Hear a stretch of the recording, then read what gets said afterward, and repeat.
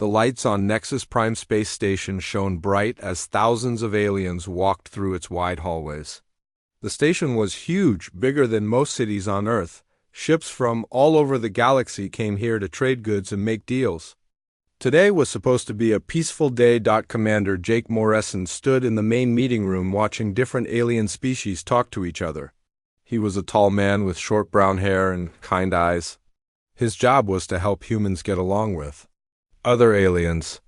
The room was full of creatures he had never seen before.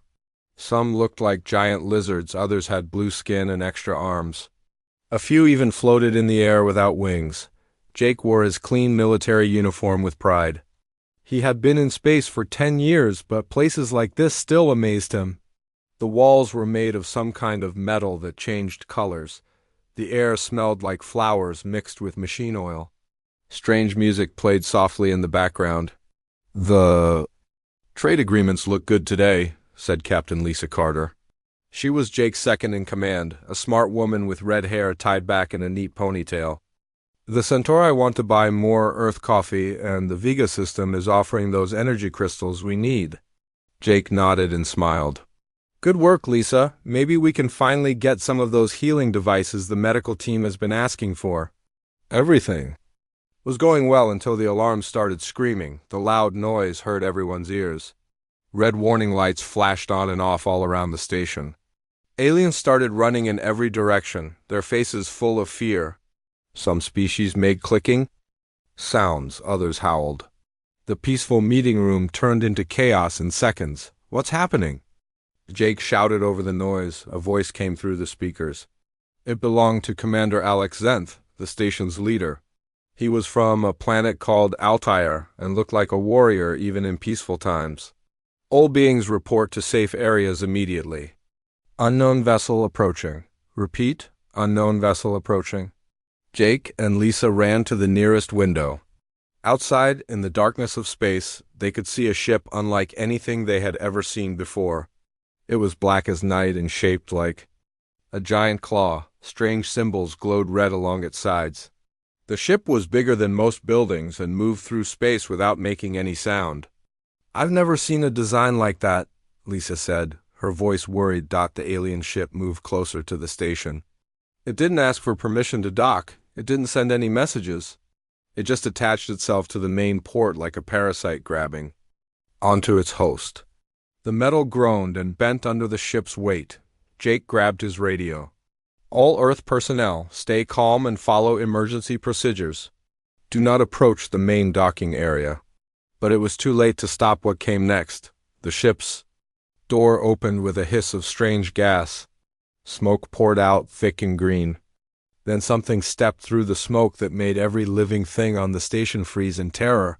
The creature was 12 feet tall and covered in black armor that looked like it grew from its own body. It had 6 arms, each ending in claws, that could cut through steel. But the worst part was its heads. It had 3 of them, each with teeth like broken glass that seemed to eat the light around them. Its eyes were empty black holes that stared into your soul. When it spoke, the sound came from all 3 mouths at once.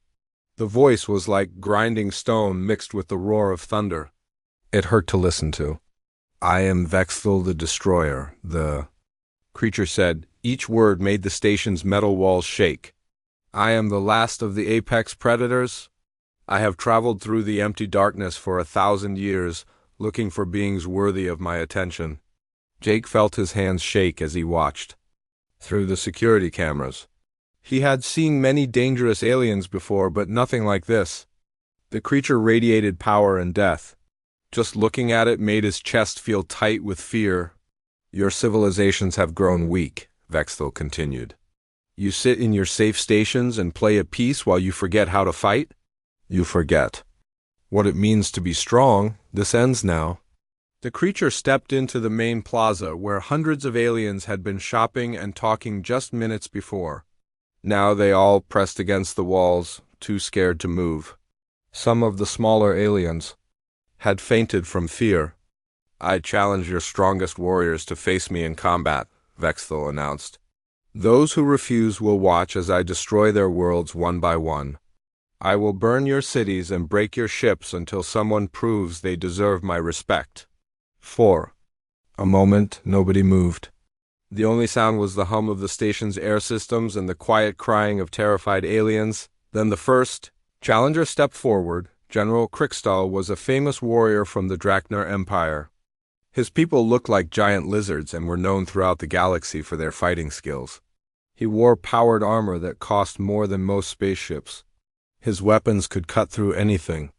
I accept your challenge, Beast, Krikstal said in his deep, growling voice.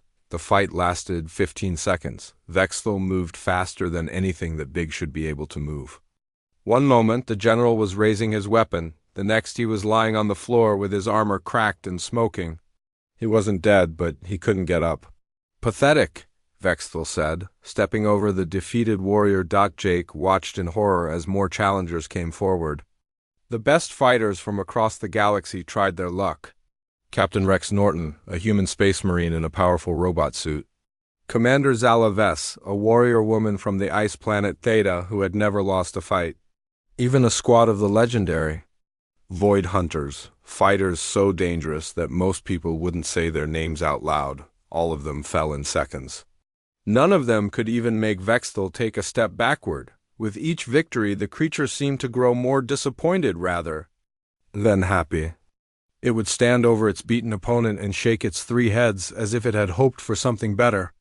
Is this all your galaxy has to offer? Vexthal asked the crowd. Where are your legends? Where are your heroes? I have searched so long for worthy opponents, and you give me nothing but weaklings. Commander Zenth, the station's leader, tried to speak to the creature. He was brave. Jake had to give him credit for that. The Alteran stepped forward with his hands raised to show he meant no harm. Great warrior, Zenth said carefully. Perhaps we can discuss this without more violence. What is it you truly want? Vexthal's 3 heads turned toward him. The creature's laugh was like metal being torn apart. What I want, little commander, is what I've always wanted. I want to find others like me. I want to find beings strong enough to stand at my side as equals. Then why do you threaten to destroy us? Because, Vexthal said, its voice suddenly sad despite its terrible sound, in 1,000 years of searching I have found no one worthy.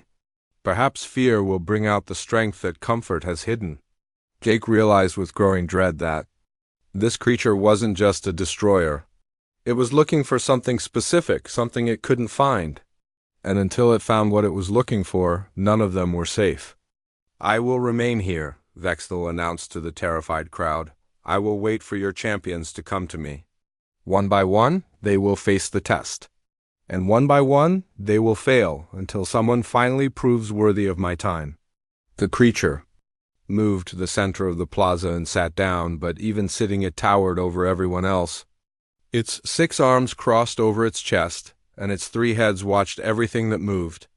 Until then, it said with finality, this station belongs to me. No one leaves, no one runs. Everyone waits to see who will be brave enough to try next. Jake looked around at the hundreds of terrified faces and knew their peaceful day had become a nightmare that might never end. 3 days had passed since Vexthal took control of Nexus Prime Station. The creature still sat in the middle of the main plaza like a terrible statue, waiting for challengers. Its 3 heads never seemed to sleep. They watched everything that moved with those empty black eyes. Commander Jake Morrison had not slept much during those 3 days. He spent his time in the security office, watching the screens and trying to think of a way to solve this problem. The creature had defeated 47 warriors so far. Each fight lasted only seconds. Each defeat made the aliens on the station more scared. Any word from Earth Command? Asked Captain Lisa Carter. She looked as tired as Jake felt. Her red hair was messy and her uniform was wrinkled. They're sending the fleet, Jake said, rubbing his eyes. But it will take them 2 weeks to get here. By then, who knows what will happen. On the screens, they could see another challenger walking toward Vexthal. This one was a robot warrior from the machine planet Cyros. Its metal body was built for fighting, with weapons built into its arms and legs. The robot was confident as it approached the creature. The fight was over in 10 seconds. The robot lay on the floor in pieces, sparks flying from its broken parts. Vexthel looked at the wreckage and made a sound like a sigh. "I don't understand it," Lisa said. "The creature wins every fight, but it doesn't look happy about it. Look at its body language." Jake watched the screens more carefully. Lisa was right. After each victory, Vexthel seemed almost sad. It would stand over its defeated opponent for a moment, then return to its waiting position with what looked like disappointment.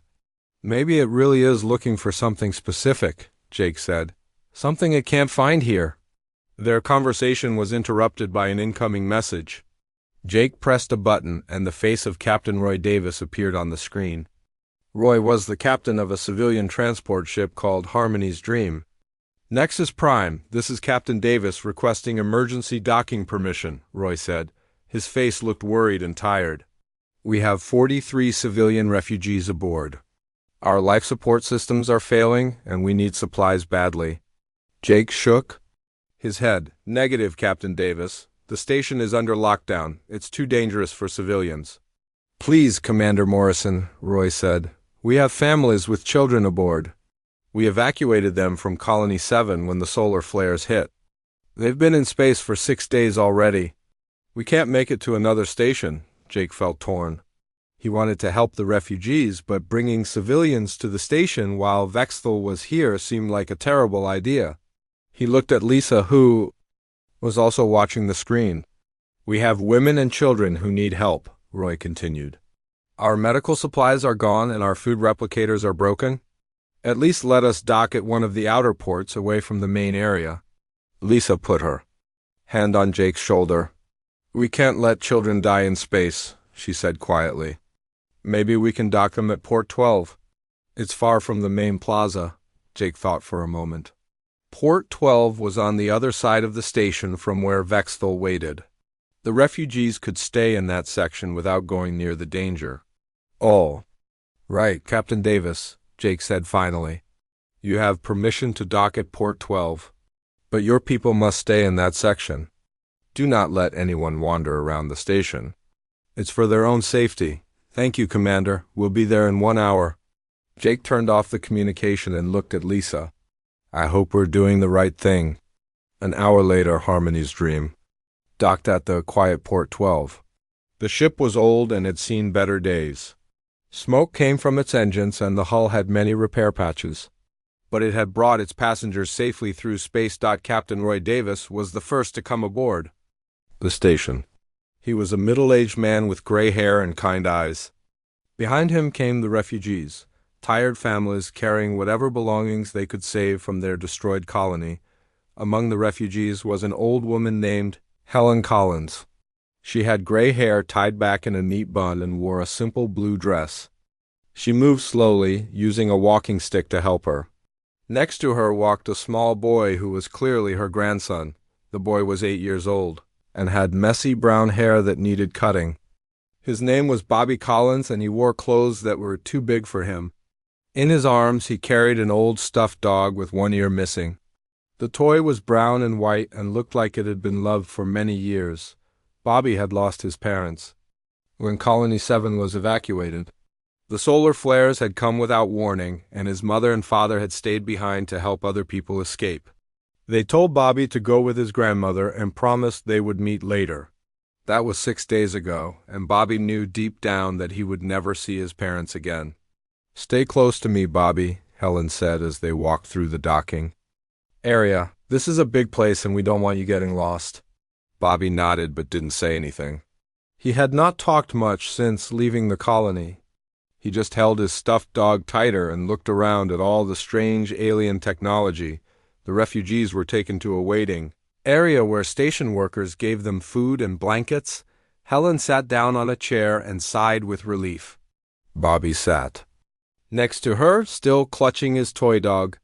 "What's your dog's name?" asked the station worker, trying to be friendly. She was a young human woman with short black hair. "Ranger," Bobby said quietly. It was the first word he had spoken in hours. "That's a good name for a dog," the woman said with a smile. "I bet Ranger has been taking good care of you." Bobby nodded and looked around the room. There were aliens everywhere, but they all looked scared. Everyone spoke in whispers and kept looking over their shoulders. Even the adults seemed frightened of something. "Grandma," Bobby said, "why is everyone so scared?" Helen looked around and noticed the same thing. "I don't know, sweetheart. Maybe something bad happened here." A few hours later, while Helen was talking to other refugees about their situation, Bobby got curious about the station. His grandmother was busy filling out paperwork with the station officials. Bobby was good at being quiet and staying out of sight when adults were talking about boring things. He slipped away from the group and walked into one of the hallways. The station was much bigger than anything Bobby had ever seen. The walls were made of shiny metal and strange lights ran along the ceiling. He could hear the hum of machines and the sound of air moving through vents. Bobby had always been a curious child. Even after losing his parents, he still wanted to explore and see new things. It helped him forget about the sadness for a while. He walked through corridor after corridor, amazed by all the different alien writing on the walls and the strange smells in the air. He passed rooms full of computers and machines he didn't understand. He saw aliens of all shapes and sizes hurrying past, but none of them paid attention to one small human boy. Bobby was used to being ignored by adults. As he walked, Bobby started to hear voices coming from somewhere ahead. Lots of voices, all talking at once. It sounded like a big crowd of people. Bobby was curious about what could bring so many beings together in one place. Following the sound, Bobby eventually found a corridor that led to an observation deck. The deck was empty except for some chairs and a big window that looked down into a huge room below. Bobby climbed onto one of the chairs so he could see better. Below him was the biggest room he had ever seen. It was full of hundreds of aliens, all standing around the edges like they were watching something in the center.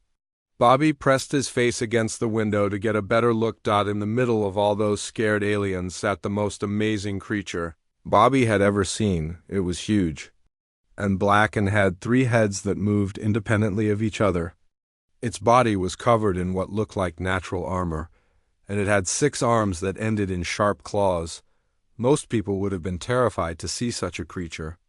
But Bobby had grown up on a frontier colony where dangerous animals were part of everyday life. His father had taught him about animal behavior and how to read body language. His mother had shown him how to approach scared or angry animals safely. Looking at the creature below, Bobby didn't see a monster. He saw something else entirely. The creature's 3 heads were moving in a pattern Bobby recognized. It was the same way the guard animals back on Colony 7 acted when they were trying to establish dominance but also looking for acceptance from the pack. The creature's claws were extended, but not in an attacking position. They were displayed for show, not for fighting. Most interesting of all, Bobby could see that after each fight, the creature's shoulders would slump slightly.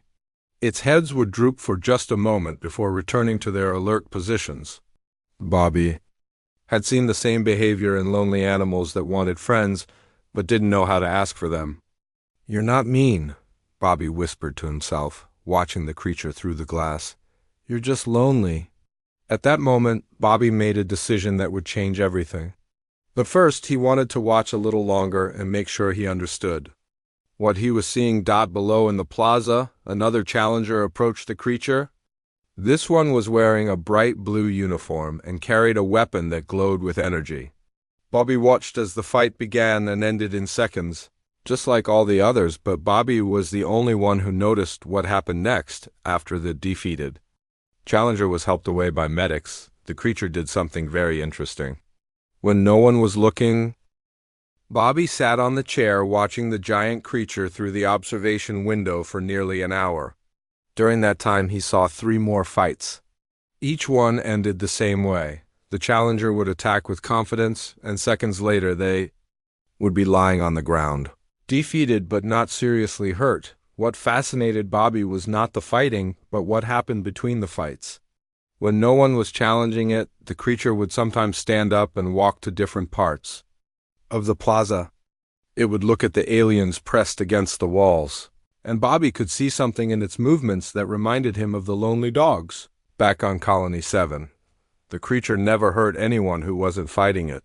When small aliens accidentally drop things in their fear, the creature would carefully push the items back toward them with one of its claws.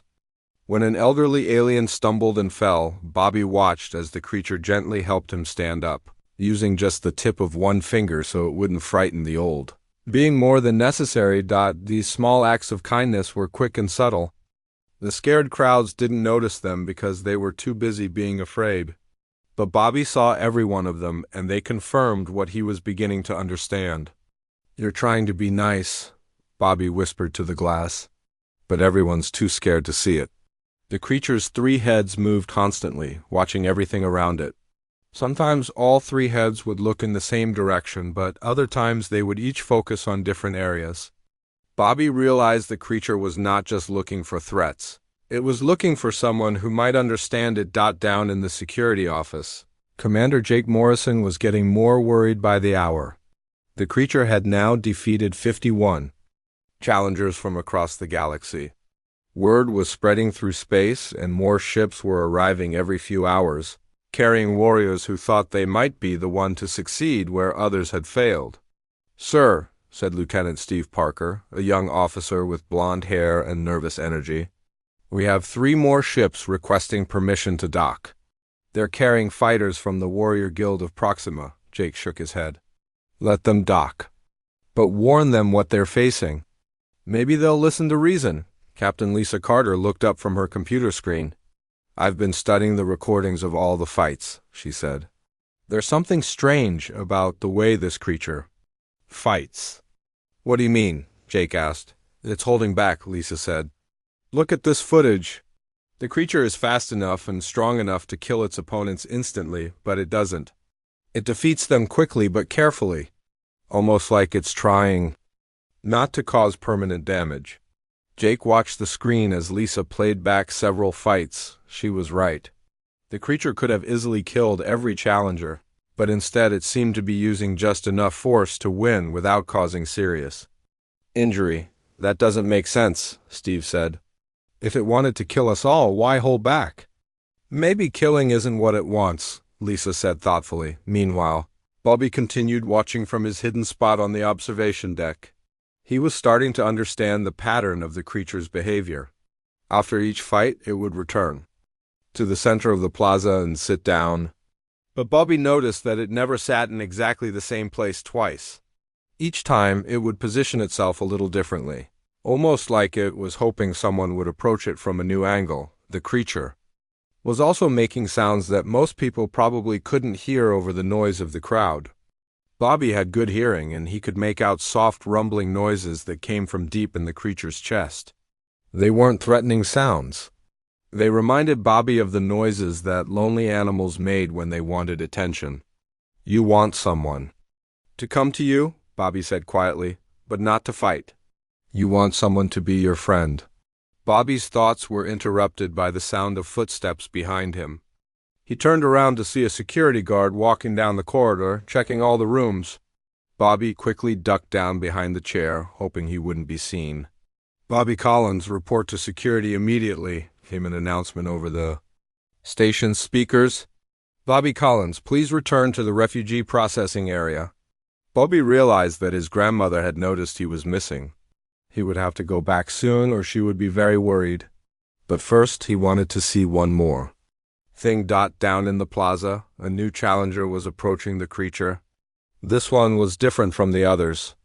Instead of carrying weapons or wearing armor, the challenger was a small, elderly alien with wrinkled blue skin and kind eyes. He walked slowly toward the creature with his hands held up to show he meant no harm. "Great warrior," the old alien said in a shaky voice, "I am not here to fight you. I am too old and weak for such things. I come only to ask a question." The creature's 3 heads turned toward the old alien.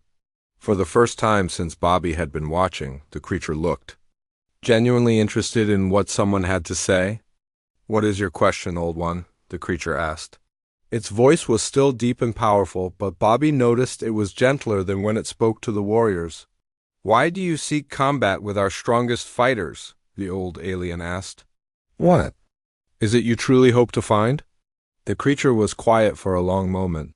Its 3 heads looked at each other, almost like they were having a silent conversation. Finally, it spoke. "I seek what I have sought for 1,000 years," the creature said. "I seek others like me. Others who understand strength not as a tool for destruction, but as a responsibility to protect. I seek companions who can stand beside me as equals. And you believe you will find such beings through combat? How else?" the creature asked, and Bobby could hear sadness in its voice. "In my travels, I have found that beings reveal their true nature only when tested. I thought that by challenging your warriors, I might find one who fights not for glory or conquest, but for the protection of others." The old alien nodded slowly. "And have you found what you seek?" "No," the creature said, its voice growing quieter. "Your warriors fight bravely, but they fight for pride or duty or fear. None fight with the pure heart of a true protector. None see beyond the combat to understand what I truly am." Bobby's heart raced as he listened to this conversation. The creature was lonely, just as he had thought. It wasn't looking for someone to defeat. It was looking for someone to understand it. "Perhaps," the old alien said carefully, "you are looking in the wrong place. Perhaps the one you seek is not among our warriors." "Then where?" the creature asked. "Perhaps," the old alien said with a small smile, "you should look not for the strongest, but for the wisest. Not for the most fearless, but for the most understanding."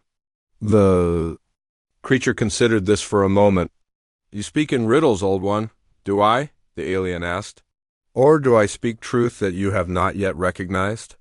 Before the creature could answer, the old alien bowed politely and walked away, leaving the creature alone with its thoughts. Bobby watched as the creature sat back down, but this time its posture was different. Its three heads were all looking down at the floor, and its massive shoulders seemed to carry a great weight. For the first time, Bobby could clearly see that the creature was not angry or dangerous. It was sad and tired and very, very lonely. "I understand," Bobby whispered to himself. "You just want a friend." At that moment, Bobby made his decision. He knew what he had to do, even though every adult on the station would try to stop him if they knew. Bobby had always been good at understanding animals, and this creature, despite its size and power, was not so different from the lonely animals he had helped back home. Bobby climbed down from the chair and started walking toward the corridor that would take him to the main plaza. He clutched his stuffed dog ranger tightly in his arms. His heart was beating fast, but he wasn't scared. He was excited. Behind him, the security guard finally entered the observation area and found it empty. He spoke into his radio. "No sign of the boy here. Continue searching." But Bobby was already 3 levels away, following the signs that pointed toward the main plaza. He had work to do, and he knew that adults would only get in the way. Sometimes, Bobby thought, the most important jobs could only be done by children. As he walked through the corridors, Bobby thought about his father's lessons on approaching dangerous animals. Move slowly. Show no fear. Let them know you understand them. Most importantly, treat them with respect, not as enemies to be defeated, but as beings who deserved kindness. Bobby was going to give the creature something that no warrior could provide: understanding, friendship, and the simple recognition that sometimes the most powerful beings in the universe were also the loneliest. The corridor ahead would take him directly to the main plaza. Bobby took a deep breath, adjusted his grip on Ranger, and kept walking toward his destiny. Bobby walked through the station's corridors with his stuffed dog Ranger tucked under his arm. The hallways seemed bigger and scarier now that he was alone, but he kept moving forward. He had made up his mind, and nothing was going to stop him. The sounds from the main plaza grew louder as he got closer. He could hear the voices of hundreds of aliens all talking at once. Some sounded scared, others angry, and a few sounded excited.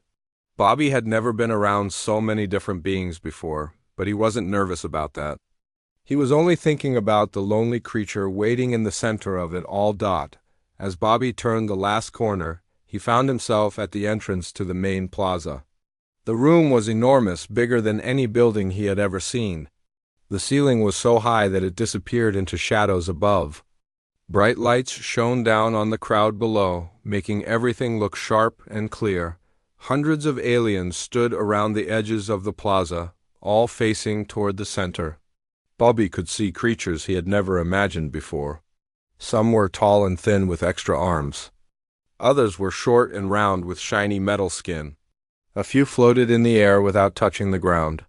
All of them looked scared as they watched the center of the room. Bobby was too short to see over the crowd, so he quietly moved along the wall until he found a maintenance ladder that led up to a small platform. He climbed up carefully, making sure not to drop Ranger. From the platform, he could see everything. In the center of the plaza sat Vexthel, just as Bobby had seen through the observation window. But being in the same room with the creature was different from watching it through glass. The creature was even bigger than Bobby had thought. Its black armor reflected the lights above, and its 3 heads moved slowly as they watched the crowd around them. At that moment, another challenger stepped forward from the crowd. This one was a human soldier named Captain Roy Davis, the same man who had brought the refugees to the station. He wore a powerful combat suit that made him look twice his normal size. Energy weapons were built into the arms and legs of the suit. "I challenge you, Beast," Roy said in a loud, brave voice.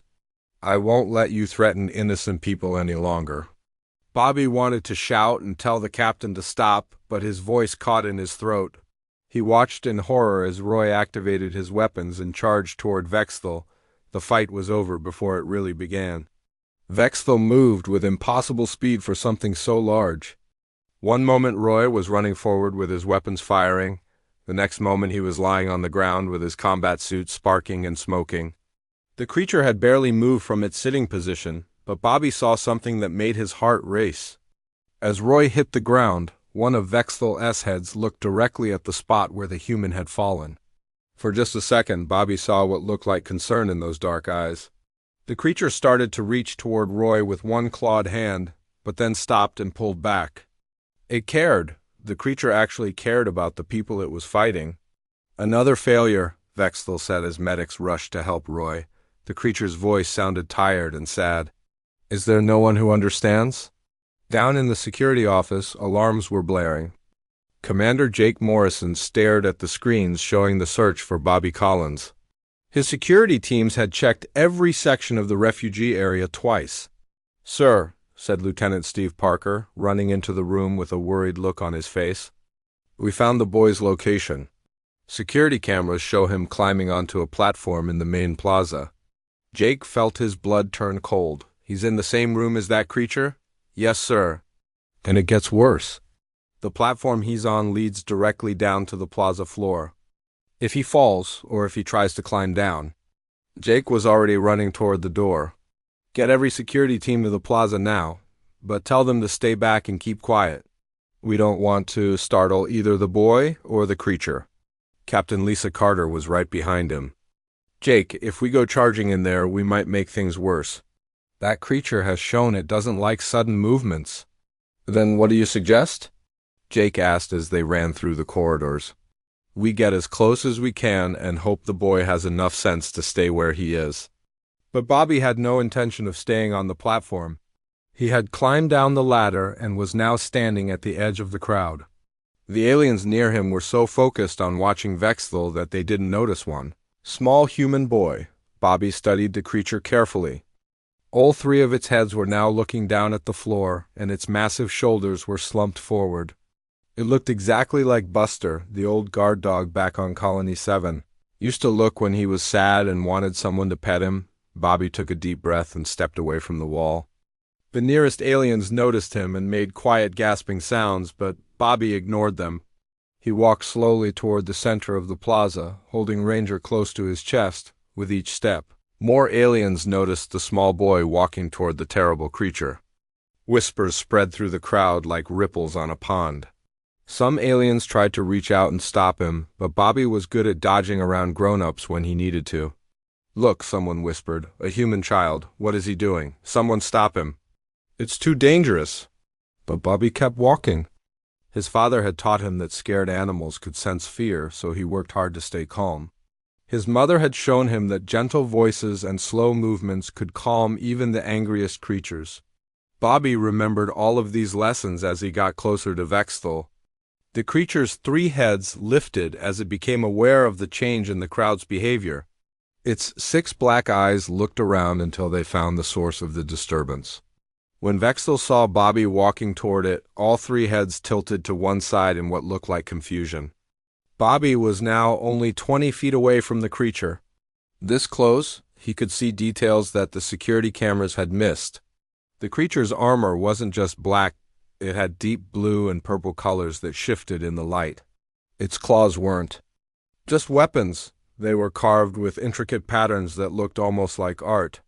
"Stay back, child," Vexel said, but its voice was gentler than Bobby had ever heard it before. "I do not wish to harm you." Bobby stopped walking but didn't step back.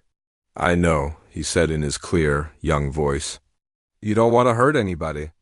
You're just lonely." A strange silence fell over the plaza. Even the hum of the station's air system seemed to get quieter. Vexel's 3 heads moved closer together as all 6 eyes focused on the small boy. "You are not afraid," the creature said. It wasn't a question. "No," Bobby said simply. "My daddy taught me about animals. He said that most of the time, when animals act mean, it's because they're scared or hurt or lonely. You're not mean, you're just looking for friends." Vexel's entire body seemed to freeze. For a long moment, the only sound in the plaza was Bobby's breathing and the quiet murmur of the crowd. "Friends?" the creature repeated, as if the word was foreign to it. "That's what you want, isn't it?" Bobby asked, taking another small step forward. "You don't want to fight people. You want someone to understand you." Jake Morrison and his security team had reached the edge of the plaza. They watched in amazement as an 8-year-old boy had a conversation with the most dangerous creature in the galaxy. Jake wanted to rush forward and grab Bobby, but he was afraid that any sudden movement might break whatever spell was happening. "The boy is talking to it," Lisa whispered in amazement. "And it's listening." Bobby was now only 10 feet away from Vexel. He could smell the creature now. It smelled like metal and ozone and something else that reminded him of the deep caves back on Colony 7. It wasn't a bad smell, just different. "You've been alone for a very long time," Bobby said softly. "Haven't you?" "1,000 years, Vexel said, its voice barely above a whisper. "I have traveled through the emptiness between stars, searching for others like me. But everyone I meet either runs away or tries to fight me." "That's because they don't understand," Bobby said. "They think you're a monster, but you're not. You're just big and strong and different." Bobby took another step forward.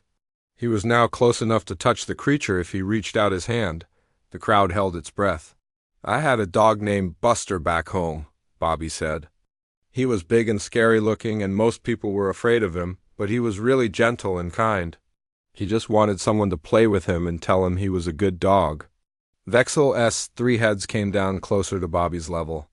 The creature's eyes, which had seemed so empty and threatening to everyone else, looked curious and hopeful when focused on the boy. "You think I am like your dog?" the creature asked. "Sort of," Bobby said with a small smile. "Except you're a lot bigger and you have more heads. But you both just want someone to be nice to you." Bobby looked up at the enormous creature towering over him. He thought about all the lessons his parents had taught him about treating others with kindness.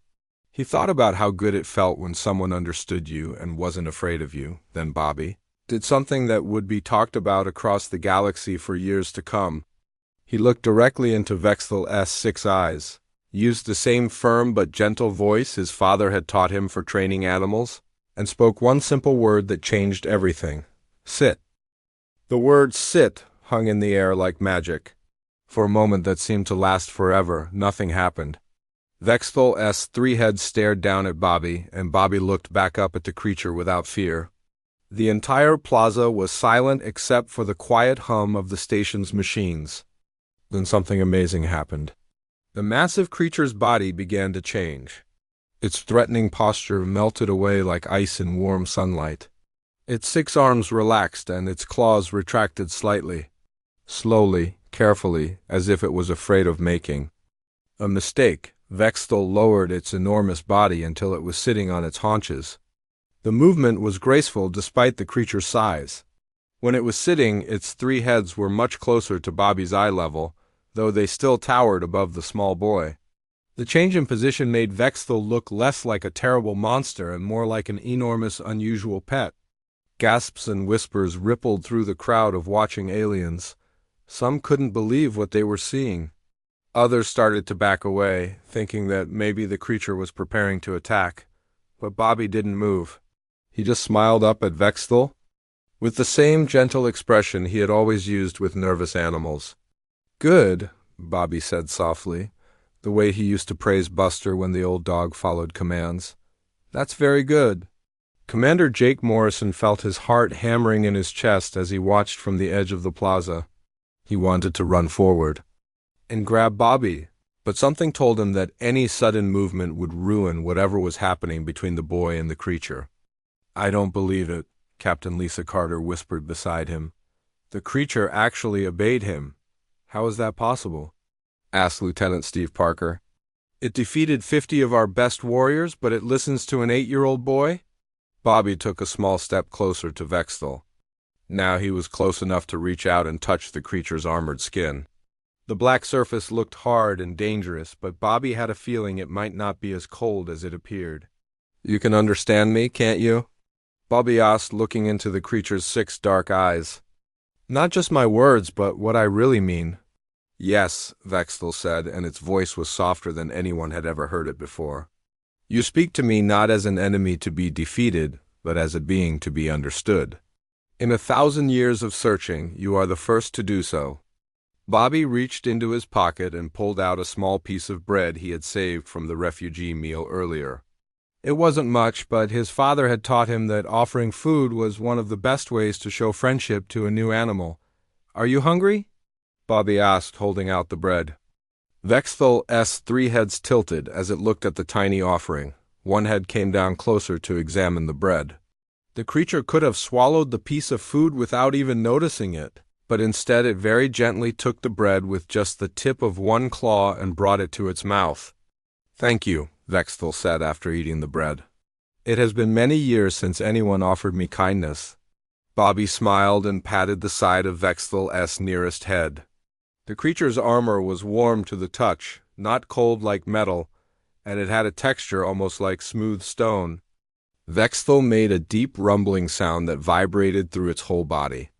Bobby recognized the sound immediately. It was purring, just like the big cats his father had shown him pictures of. "You like that, don't you?" Bobby said, continuing to gently pet the creature. "Everyone needs to be touched sometimes. Even big, strong creatures like you." The crowd watched in amazement as the terrifying beast that had defeated their greatest warriors made soft, happy sounds while an 8-year-old boy petted its head. Some of the aliens began to creep closer, their curiosity overcoming their fear. "Bobby!" came a worried voice from the crowd. Bobby turned to see his grandmother Helen pushing through the group of aliens, her face pale with fear. "Bobby, get away from that thing right now." "It's okay, Grandma," Bobby called back. "His name is Vexthel, and he's not dangerous. He's just been lonely for a really long time." Helen stopped at the edge of the clear space around Bobby and the creature. She looked terrified, but she was also amazed by what she was seeing. The creature that had terrorized the entire station was sitting calmly while her grandson petted it like a friendly dog. "Bobby," she said carefully, "please come here slowly. Don't make any sudden movements." "I'm fine, Grandma," Bobby said. "Watch this." He looked up at Vexthel and used the same voice his father had taught him for giving commands. "Lie down." Once again, the massive creature obeyed. Vexthel lowered its body until it was lying on the plaza floor with its 3 heads resting on its front arms. In this position, it looked less like a predator and more like a giant, strange-looking pet taking a nap. Bobby sat down cross-legged next to one of Vexthel's heads and continued petting the creature's armored skin. The purring sound grew louder and more contented. Commander Morrison finally stepped forward, moving slowly and keeping his hands visible. "Bobby," he said in a calm voice, "what you're doing is very brave, but we need to make sure everyone stays safe." "We're all safe," Bobby said confidently. "Vexthel doesn't want to hurt anyone. He was just trying to find friends the only way he knew how.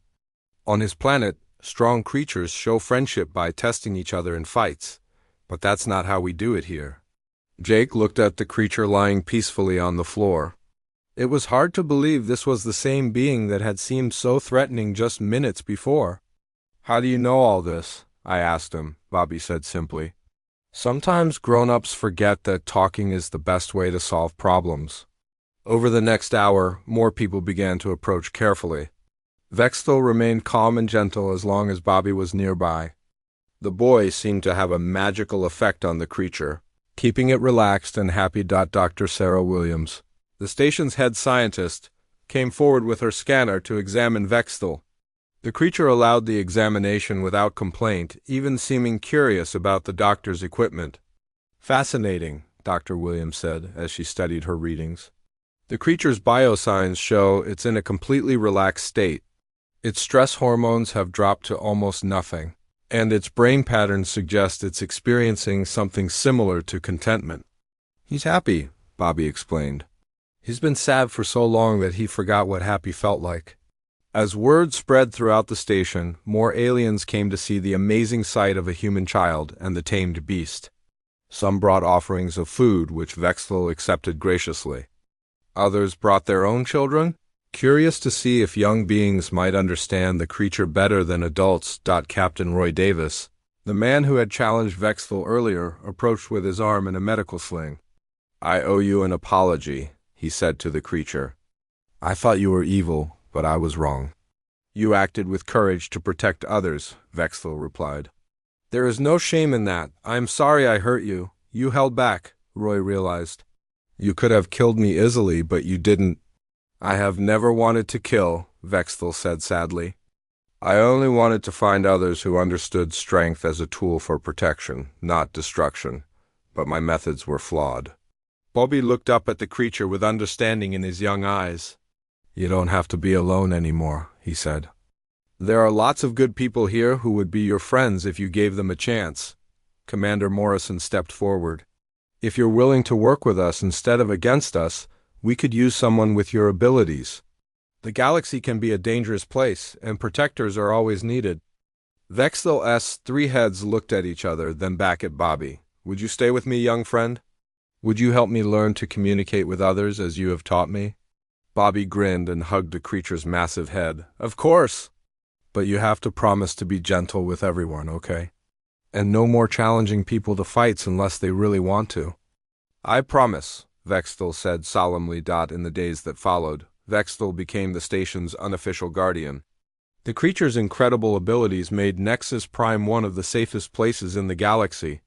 Pirates and troublemakers stayed far away when they heard about the powerful being that protected the trading station. But Vexthel was happiest during the quiet times. When Bobby would sit with him and read stories from Earth, the creature loved hearing about other worlds and other beings, always asking questions about how different species lived and worked together. Bobby's grandmother Helen got used to seeing her grandson playing with the galaxy's most powerful creature. She even started bringing Vexthel special treats from the station's kitchen, which the creature always accepted with gentle gratitude.